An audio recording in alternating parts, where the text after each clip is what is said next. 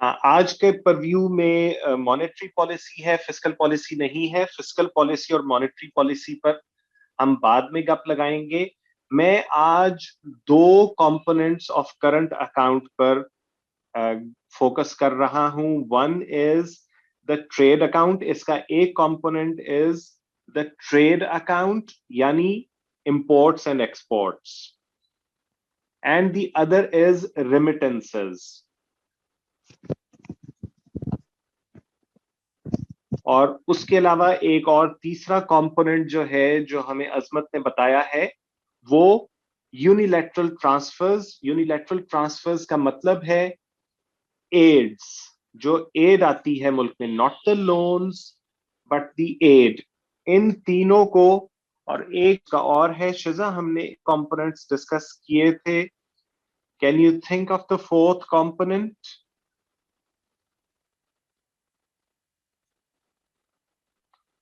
Unmute करो।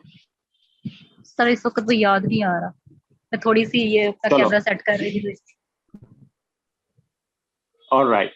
तो हम we are focusing on the two of the three components that I have told you.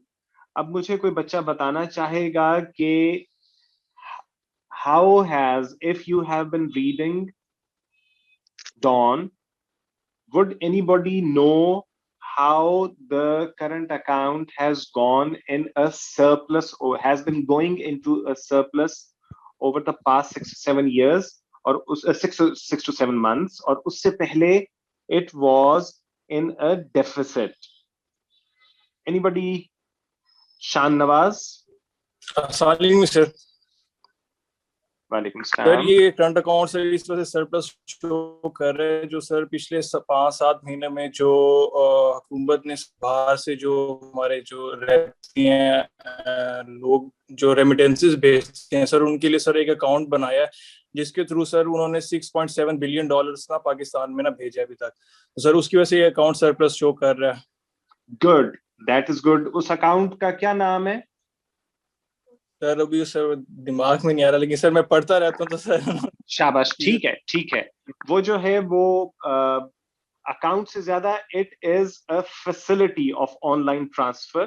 Ji sir. Facility of online transfer है, and they made use of digital expertise. उसके जरिए online transfers have been facilitated, and it is, चलो नौमान ने हमें बताया, it is Roshan digital account. Roshan digital account.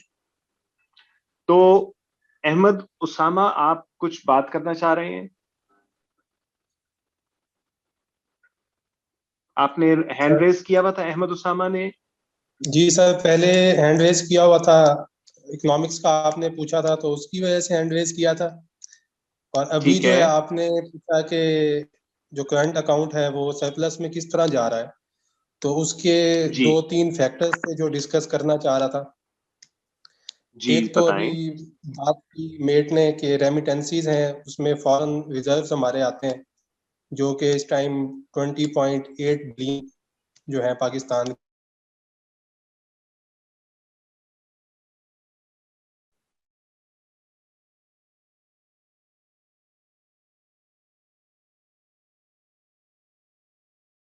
Barriers हमने create किए हैं कि जिसकी वजह से इंपोर्ट्स हमारी कम हुई हैं, और कोविड का भी थोड़ा इम्पैक्ट था कि इंपोर्ट्स जो हैं कम हुई हैं, तो उसकी वजह से ये डेफिसिट से सरप्लस में आया। गुड, ठीक हो गया।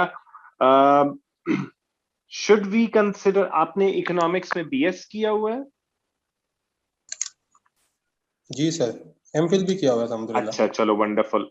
Should we consider these hopeful developments which will enjoy longevity, जो लंबे अरसे तक हमारे लिए फायदेमंद होंगी? Can we consider these developments hopeful?